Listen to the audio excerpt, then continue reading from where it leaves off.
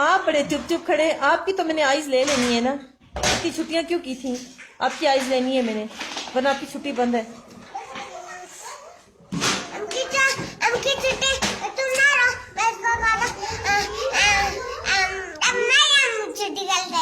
नहीं, मैं आज छुट्टी बंद करूंगी आप दोनों की। आप बड़े खुश खुश है क्या? सॉरी, हर गलती के बाद आप सॉरी करते हैं। सॉरी करने से क्या हो जाता है? आखिरी कोई दफा नहीं होती। दूसरी बात ये, आप मामू को मेरी बात सुनिए। आप बड़े चुप चुप खड़े, आपकी तो मैंने आइज ले लेनी है ना। इतनी छुट्टियां क्यों की थी? आपकी आइज लेनी है मैंने, वरना आपकी छुट्टी बंद है।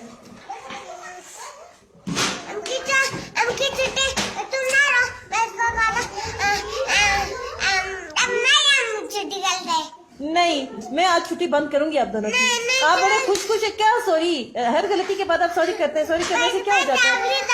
आखिरी कोई दफा नहीं होती। दूसरी बात ये, आप मामू को मेरी बात सुनिए।